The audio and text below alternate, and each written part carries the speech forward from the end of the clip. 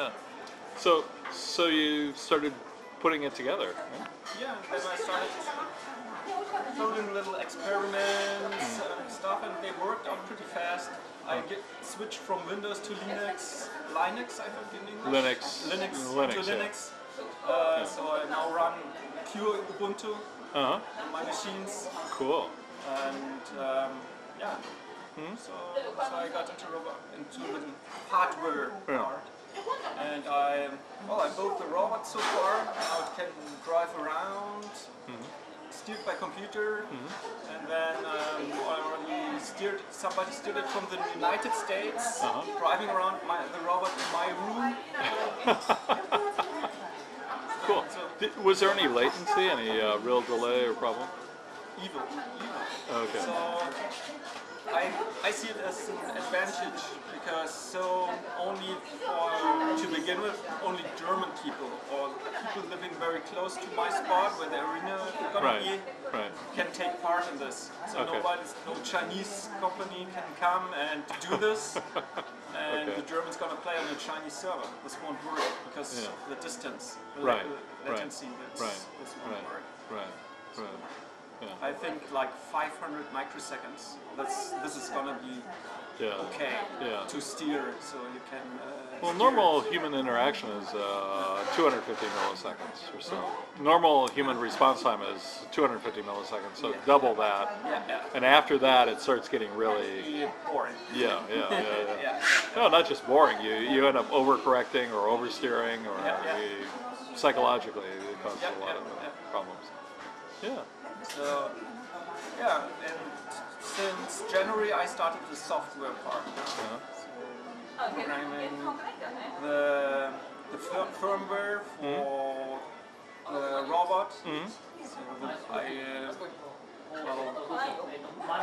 changed the way the video is transmitted, so it's going to be faster, smaller package size, less data, but still enough video. And the steering, so it's real time, not by entering commands. Yeah. Okay, so support more mouse. And that's what I'm doing right now. I'm programming the client. Okay. And the client, I use open source technology. It's code blocks on Ubuntu. And I programmed it until it worked, so as a prototype. And I just loaded the data over, the source code to Windows, code blocks, and it compiled instant. Perfect. Oh, that's and great. It worked. That's great. It's just really lucky. Code blocks and C++, and I only use open source multi-platform libraries. So SDL, OpenGL, and so it's portable to any system you want. I think can you run it in 2 years on your iPhone? Probably, I guess. Or iPad. I've got an iPad right here, so hot to try stuff like that out. Yeah. So in terms of the actual experience, what's it like when you actually play? Well, right now you still can't play, and this is not gonna happen until end of year, I guess. My internal, I want to go to public on 10th October. Okay. It's like 10-10-10. Right, 10-10-10, that's great. It's a good date. Yeah. This is when I want to go like alpha phase. Right. Just let the people try, does this work, or this isn't possible. And the arena gonna be, I want to start with 2 robots, one-on-one, and maybe even not shooting, just like a deathmatch, but maybe just have a race in the arena with shooting. But the shooting will only slow down the other robot or something like this. Right. Just to get started. Okay, so kind of like MechWars uses a point system. You start with 20 points, and then each time you get hit, it's -1. So if you hit, in your scenario, you hit the other robot, then their speed might go down by 10% or something. Or it will slow down for just like 5 seconds, and then it hesitate, pause. Okay. Oh, that'd be cool. Yeah. So in terms of that interaction, how do you envision that happening? Is it laser or? Laser. I use laser. Okay. And my plan is, I also said proposed this idea to Mech Wars this year, but they didn't use it so far, to use fog in the arena. Yeah. So you, because green laser needs a lot of energy and is very expensive, I use standard red lasers. Yeah. And but with the fog, and I use night vision, well, not night vision, but low light cameras. So they're more sensitive to the, so they can pick up the light. Yeah. And so the arena is almost completely dark. I can like this. I can employ a lot of light. Maybe even to distract the people a little bit, flickering the arena or something like this. Yeah. You saw the guy that is showing the MakerBot here at Make Fair, right? The 5-legged one? No. MakerBot, the 3D printer. Okay. No, I didn't see. Okay. I didn't realize. I should have introduced you. He's the guy from Fukuoka that developed the robot laser tag with humanoids. Okay. And they do the arena, but they do it with the fog and the red lasers, and exactly as you're describing. I mean, he's right over there, but I'm sure he's packing up now to catch the, because he lives in Fukuoka, to go back. But yeah, I can put you in touch with him. Yeah, maybe by email. Yeah, oh, absolutely. Yeah. He's a great guy. Really, really great. Yeah. So actually, the robots, my robots right now, they look really like shit, like, well, it's prototype. very like boxes. Yeah. The reason for that is they are all covered with sensors. Oh, okay. So I have hit zones with all the lasers, so I can recognize where, who, when hit whom. Okay. So, Cool. and I think there can be done a lot with that. Yeah. So that experience will be from the operator's perspective. So an operator will, well, why don't you describe it for me? Sure. Yeah. Well, the experience gonna be it's gonna feel like you sit inside of this robot. It's gonna look like you have a vision like this, very right, 120 degrees. So not like 90 or only 45. So you have really like the white side. And you sit in this little tank, and drive around. And the tank is not that big; it's like this size. And you drive around. And you were saying this is set like 50 years in the future, or is that still? No. This story I won't use on this game. Okay. This is just combat rounds. Okay. So, no, it helps if you have a backstory, because then people get into it. You know, they really get into the role playing. Yeah. Maybe I use it. Yeah. Either that or something. You know, like it's World War II or some future battle or it might be Star Wars. Future Wars, something like this. Yeah, that'd be cool. The story is really important to getting something like that kicked off, because otherwise you just draw the technology geeks in, and they're fine, you know. But if you want to appeal to a broader audience and get more players and more people active and introduced to the whole thing, then the backstory becomes really, really key to them. I wanted first to solve the technical issues, and then make this big. And I think Combatrons is a good name. Combatrons is a great name. I got this URL, so I was like, so free, okay. Okay, so where will people find this on the internet? Combatrons.com. Could you spell it out? COMBATRONES.com. Okay, great. Combatrons. Yeah. Okay. Oh, that's fantastic.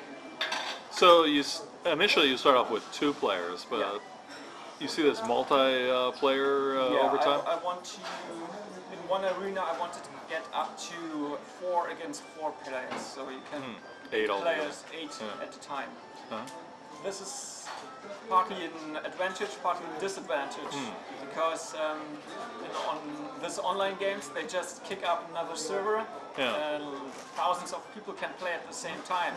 In my game, only for the start 2 players can play at the same time. Later maybe 8.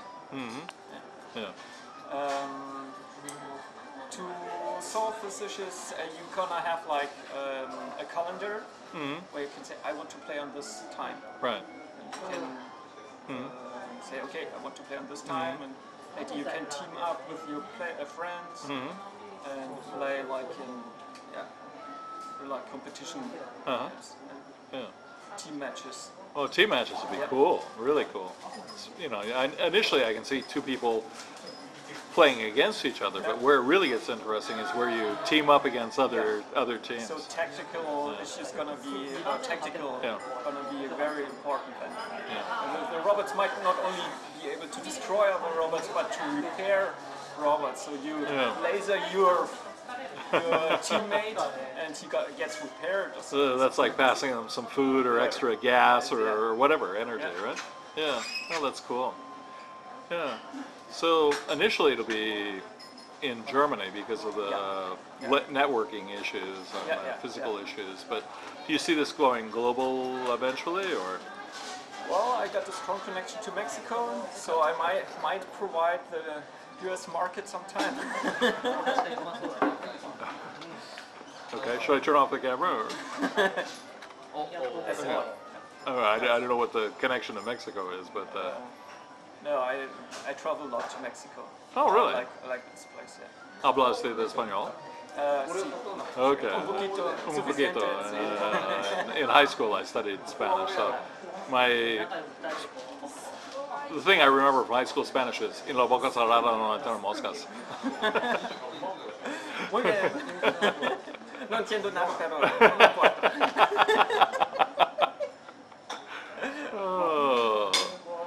So in that scenario, you would see another arena set up and physically. Yeah.